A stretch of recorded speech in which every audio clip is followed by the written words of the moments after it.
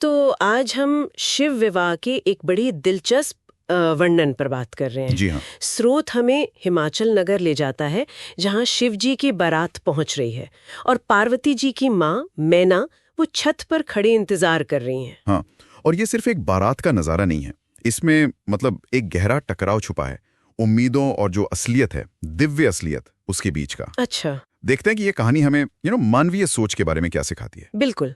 तो शुरुआत होती है, हिमाचल खुशी खुशी स्वागत कर रहे हैं शिव जी और देवताओं का। हाँ। और नारद जी जाते हैं मैना के पास, जो छत से ये सब देखने को बहुत उत्सुक है। फिर एक के बाद एक देवताओं के दल आ रहे हैं। पहले वसु, गंधर्व, यक्ष, जी। फिर यमराज, वरुण, वायु, कुबेर, इंद्र, सूर्य, ब्रह्मा, सब अपनी पूरी शानो शौकत लाव लश्कर के साथ। और हर दल मतलब पिछले वाले से भी ज्यादा भव्य है। ये बस दिखावा नहीं है, ये सांसारिक ऐश्वर्य का चरम दिखा रहा है एक तरह से। हाँ। और मैना हर बार नारद जी से पूछती हैं, क्या यही शिव हैं? अच्छा। और नारद जी हर बार कहते हैं, नहीं नहीं, ये तो शिव के सेवक हैं। ओ, तो मैना की उम्मीदें तो फिर कहाँ पहुंच गई होंगी कि अगर सेवक इतने तेजस्वी हैं तो स्वामी वो कैसे होंगे? बिल्कुल, यहीं पर वो मानवीय मनोविज्ञान साफ दिखता है ना।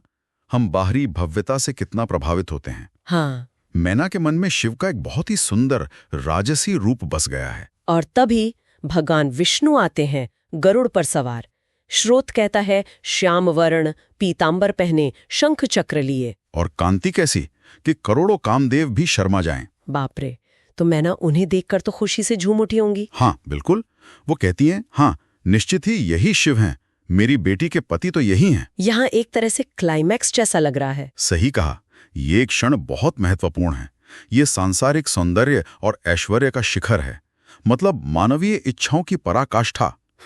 पर सोचने वाली बात यह है कि कथाकार ठीक शिवजी के आने से पहले ये क्यों दिखा रहा है? शायद वो जो आगे होने वाला है उसके कंट्रास्ट को और गहरा करने के लिए। बिल्कुल, क्योंकि नारद जी पे टोकते हैं, देवी ये शिव नहीं है, ये तो उनके प्रिय हरि हैं। ओह, शिव तो इनसे भी बढ़कर हैं। अब इससे शिव की सर्वोच्चता तो स्थापित हो गई। लेकिन मैना की सोच तो अभी भी बाहरी सुंदरता पर ही अटकी है ना? हाँ बिल्कुल। और ठीक इसी के बाद एकदम से माहौल बदल जाता है। कैसे?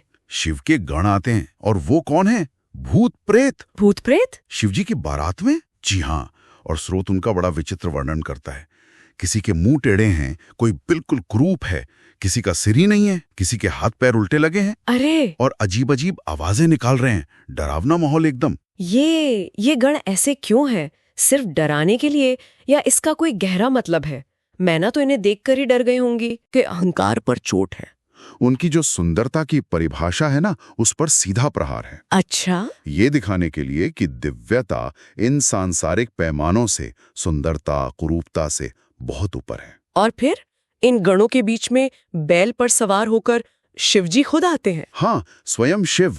और उनका रूप, वो तो विष्णु जी के रूप से एकदम विपरीत। कैसा? 5 मुख, हर मुख में 3 आंखें, पूरे शरीर पर भस्म मली हुई, जटाजूट पर चांद, 10 हाथ, एक में कपाल, बाघ की खाल पहने हुए, हाथ में त्रिशूल। स्रोत कहता है भयंकर आकृति। बिल्कुल, ये रूप वैराग्य का है, अलौकिकता का है, उस परम सत्य का प्रतीक है जो बाहरी सुंदरता या कुरूपता के फेर से बिल्कुल परे हैं।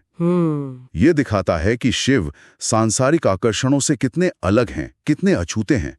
उनके गण और उनका अपना रूप दोनों मिलकर एक अलग ही सच्चाई सामने रखते हैं। और तभी नारद जी इशारा करते हैं, यही है भगवान शिव। और मैना, जिन्होंने विष्णु जैसे या शायद उससे भी भव्य रूप की कल्पना कर ली थी, ये सुनते ही दुख और सदमे से एकदम। क्या हुआ उन्हें? वो चीख पड़ती हैं, हाय मैं तो ठग ही गई, और बेहोश होकर वहीं गिर जाती हैं। ओह, सारी उम्मीदें, सारी कल्पनाएं एक पल में ध्वस्त हो गईं। बिल्कुल, अपेक्षाओं का पहाड़ कैसे एक झटके से ढह गया। तो हमने देखा कि कैसे वो भव्य स्वागत, वो चरम पर पहुंची उम्मीदें, और फिर शिवजी का वो अलौकिक रूप जो संसारिक पैमानों से बिल्कुल अलग था, उसका दर्शन मैना के लिए कितना बड़ा आघात था। बिल्कुल। और यहाँ जो मुख्य बात उभर कर आती है वो ये है कि दिव्य यथार्थ, जो असलियत है, वो अक्सर हमारी सुंदरता और भव्यता की जो बनी बनाई धारणाएं है ना, उन्हें तोड़ देता है। सही कहा। ये हमें हमारी सीमित समझ और कहीं ना कहीं हमारे अहंकार का सामना करने पर मजबूर करता है। शिव का ये विकराल रूप शायद उनके सांसारिक मोह माया से पूरी तरह परे होने का ही प्रतीक है। ये सोचने वाली बात है श्रोताओं के लिए भी कि हम जिसे सुंदर कहते हैं या जिसे विकृत कहते हैं, क्या वो वाकई में सार्वभौमिक है या ये सिर्फ हमारी अपनी घड़ी हुई परिभाषाएं हैं? दिव्यता शायद इन परिभाषाओं से बहुत आगे है।